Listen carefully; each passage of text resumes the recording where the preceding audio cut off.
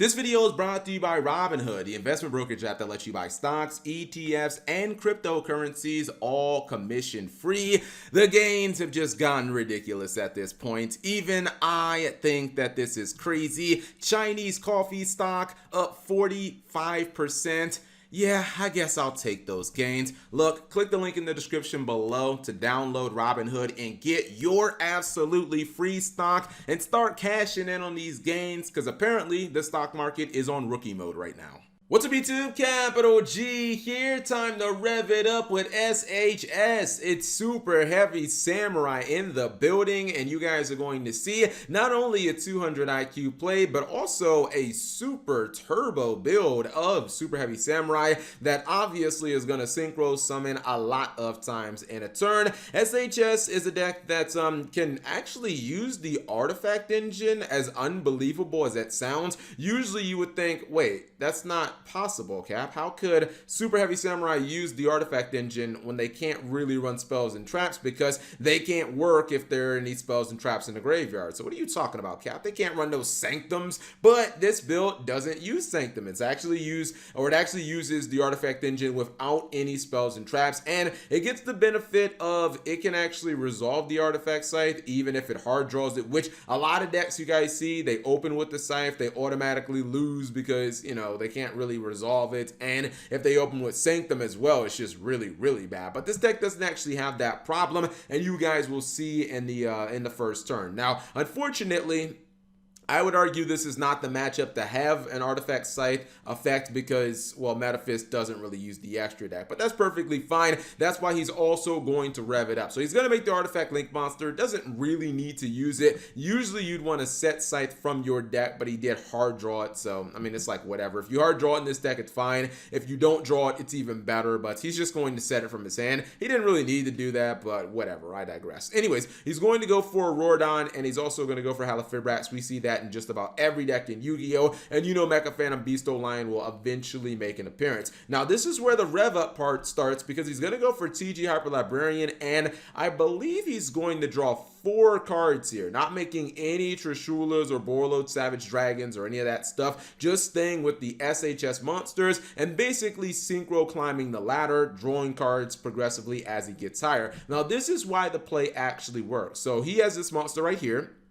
This is SHS Ninja Sarutobi, or Sarutobi. Okay, I'm not going to try to pronounce that twice. Anyways, this guy allows you to pop a Speller Trap on either side of the field. That is the most important thing. Either side of the field, as long as you don't have any spells and traps in your graveyard. Again, this is SHS, so you're never going to have any spells and traps in the graveyard. The only spell and trap you would ever run in SHS would probably be Sekka's Light. But yeah, so what you can do with this card is you can just pop your own artifact scythe, and then you have the ability to just lock your opponent out of the graveyard, or excuse me, out of the extra deck. Now, again, in this matchup, it's really not the best, but if you were playing against a deck that was archetype or extra deck based, it would be really good. In fact, his opponent is going to capitalize off the Metaphys Daedalus. He's popping his opponent's back row too, by the way. He's going to capitalize off the Daedalus.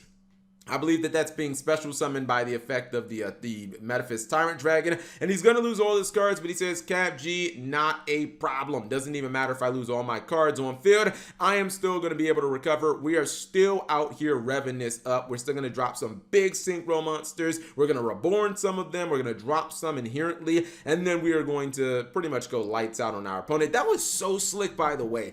Kaiju your opponent, right? Jizukiru your opponent, and then synchro summon using the Jizukiru. So the SHS deck has always had that, but sometimes it's difficult to like synchro with your opponent's monsters because if your opponent has their monsters on field, you never really know what to expect. Sometimes they might be XC monsters or Link monsters that don't have levels. Why not take out all the variables, give your opponent a monster that you know it's level, and then you can use that for synchro summon into this boop boop choo choo train. Or I should have said choo choo. Why'd I say boop boop? Anyways, he's going to do some big battle damage there.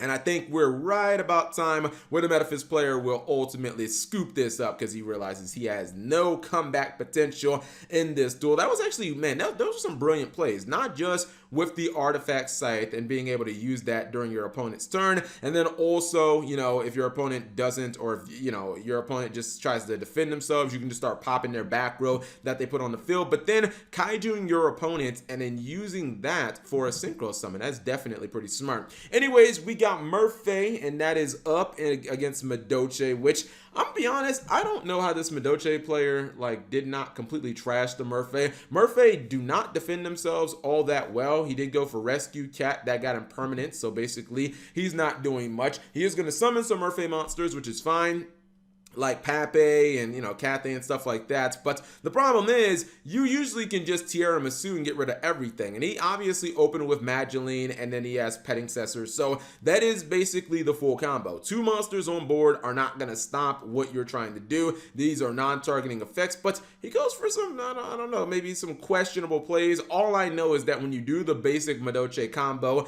if you have Petting Cessor, you're supposed to be able to kill your opponent. You just go for Tierra Masu, you spin a couple of their cards back to their deck, and then it's basically just ranking up in the Chocolate a la mode. But I don't know what exactly he's doing. He's going for some weird stuff. He did end up attacking. He attacked into the Big Tusk Mammoth, and that means that monsters that were special summoned can, or monsters that are summoned can attack in the same turn, so no more monsters can declare an attack. That's definitely a way, that's the way to throw the duel there. Rescue Cat is now online, which that should have never happened, but perfectly fine.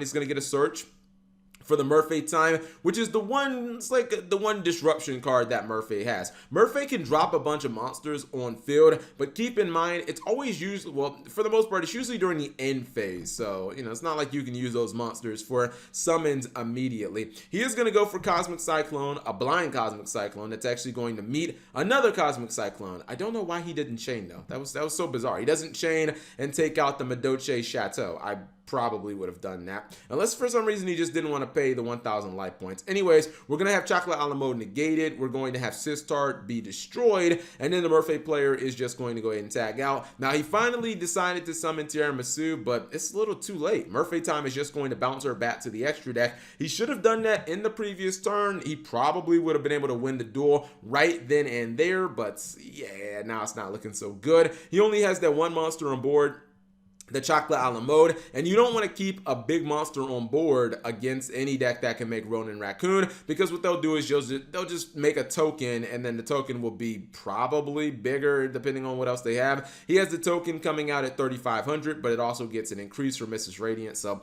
yeah, the token's the biggest monster on field, or is it? Well, no, it is. Well, no, now it's not because of Boral Sword's effect.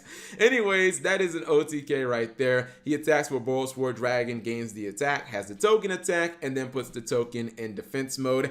I'm gonna say that was definitely a throw. I mean, the Madolche player should have easily been able to win the game just off the Mageline alone. I didn't see anything that would stop the full Madolche combo, but you know, everybody doesn't play perfectly. Anyways, if you guys are interested in the SHS build, this is what it looks like on paper. I'm not gonna try to sit here and explain all these damn SHS cards, because I know some of the names like Scales and Flutus, and you know, some of the names, Scarecrow is like the Link Monster, and Trumpeteer I think is this guy right here. Yeah, I know some of the names because of what's it called, Homeboy on Yu-Gi-Oh! Art V, and I've seen my fair share of SHS duels. But if you guys are interested in this build of SHS, we will be having this in the description below. Thank you guys for watching. As always, subscribe if you have not already, and turn on that notification bell for daily videos.